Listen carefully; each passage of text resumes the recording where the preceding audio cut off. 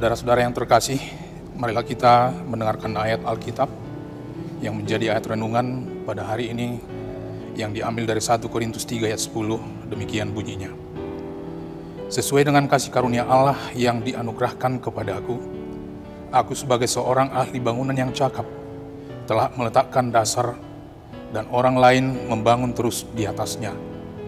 Tetapi tiap-tiap orang harus memperhatikan bagaimana ia harus membangun di atasnya. Demikian pembacaan ayat Alkitab.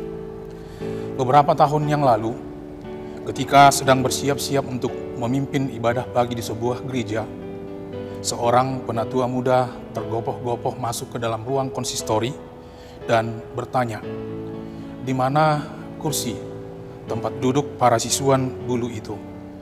Mereka tidak mau ikut ibadah kalau tempat duduk mereka tidak diletakkan atau dikembalikan ke tempat semula. Mendengar pertanyaan dari penatua muda itu, saya bertanya, apa sebenarnya yang terjadi di gereja itu? Ternyata di gereja tersebut ada sekelompok orang yang dituakan, yang merasa sudah banyak berjasa untuk mendirikan dan membangun gereja tersebut.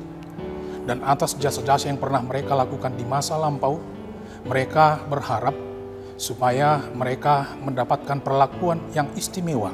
Dan salah satu bentuk perlakuan istimewa itu adalah mendapat tempat duduk khusus ketika mereka mengikuti ibadah di gereja.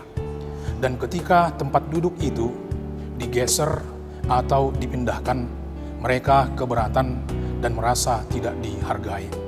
Saudara-saudara yang terkasih, dari semua rasul yang pernah melayani di dunia ini, Rasul Paulus merupakan seorang rasul yang paling banyak menghasilkan karya-karya yang masih bisa disaksikan oleh setiap orang Kristen sampai saat ini.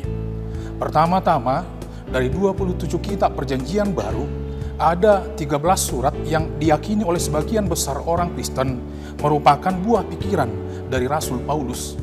Di samping itu, dari beberapa gereja yang pernah disebut namanya dalam Alkitab perjanjian baru, belasan diantaranya didirikan atau dipelopori oleh Rasul Paulus.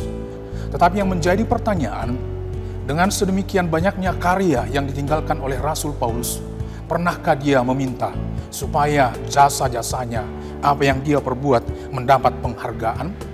Kalau kita baca dalam 1 Korintus 9 ayat 16, di sana Rasul Paulus jelas mengatakan, tugas mengabarkan Injil adalah merupakan sebuah keharusan. Bahkan dalam bahasa Batak Toba dikatakan merupakan hutang yang harus dilunasi. Oleh karena itu, menurut Rasul Paulus tidak seorang pun pelayan yang pantas untuk memegahkan diri atas apa yang pernah dia lakukan sebagai bentuk daripada pelayanannya di tengah-tengah gereja. Saudara-saudara yang terkasih, pernyataan Rasul Paulus dalam 1 Korintus 3 ayat 10 ini adalah merupakan bagian atau lanjutan dari teguran keras Rasul Paulus kepada jemaat di Korintus.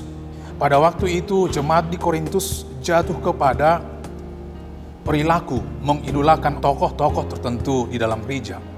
Ada yang mengidolakan Kefas atau Simon Petrus, ada yang mengidolakan Apolos, orang yang melanjutkan pekerjaan Rasul Paulus di Korintus, dan ada orang yang mengidolakan Paulus sendiri. Perilaku itu memicu terjadinya keretakan. Untuk itu, melalui nas khotbah ini, Rasul Paulus mengatakan, siapapun orang yang pernah terjun melayani dalam sebuah gereja, mereka hanyalah sekedar tukang bangunan yang ditugaskan oleh Tuhan untuk mewujudkan rencana atau perintah Tuhan.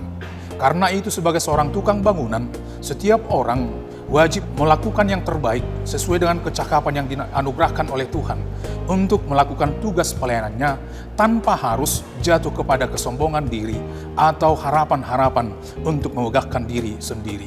Siapapun kita semua hanya sekedar orang yang disuruh oleh Tuhan. Karena itu, yang patut dimegahkan, yang patut dimuliakan hanya Tuhan. Karena hanya Tuhan yang harus dipermuliakan dari segala sesuatu yang kita lakukan, yang kita perbuat dalam tugas pelayanan kita. Amin.